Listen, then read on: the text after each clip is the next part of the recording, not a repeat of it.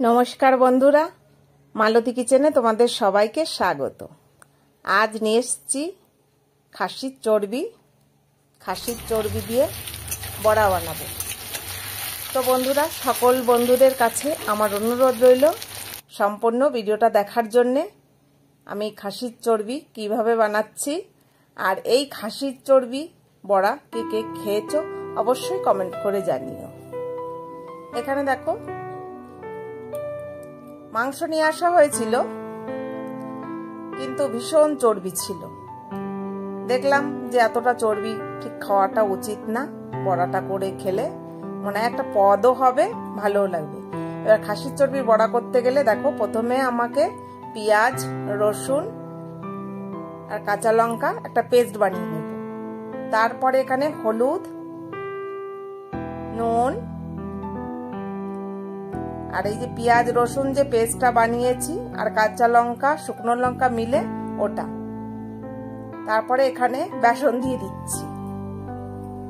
চালের গুঁড়ো দিলেও হয়, কিন্তু বেসনে গরম গরম খাবো বেসন। এখানে লঙ্কার গুঁড়ো দিয়ে দিচ্ছি।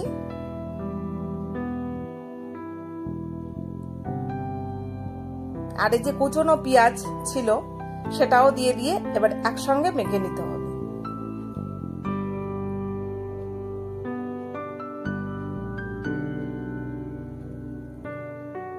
তারপরে এখানে সরষের তেল দিয়ে দিচ্ছি।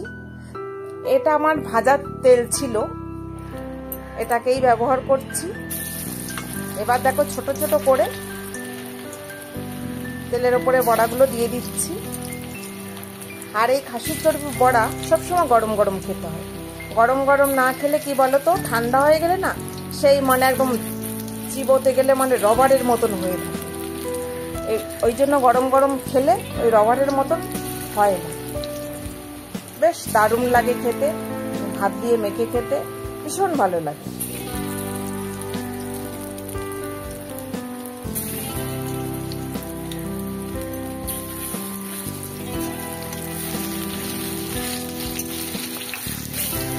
একটু নেড়ে দিচ্ছি।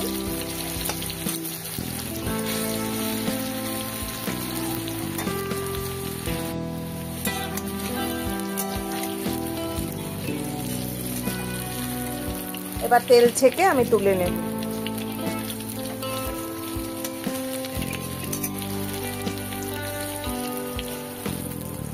আবারও এক এক করে কতগুলো দিয়ে দিলাম।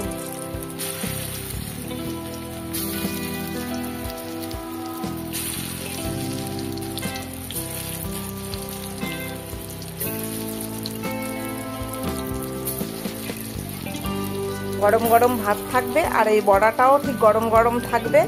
ব্যাস, আর মনে হয় কিছু লাগে না। বিশেষ করে খাসির চর্বি বোঝো তো সবাই, ভীষণ ভালো লাগবে। তো আমার খাসির চর্বির বড়া হয়ে গেল, এবার নামিয়ে নিচ্ছি।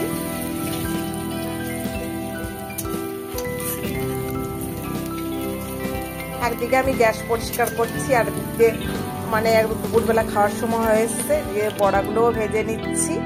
আর আমার খাসির চর্বির বড়া রেডি।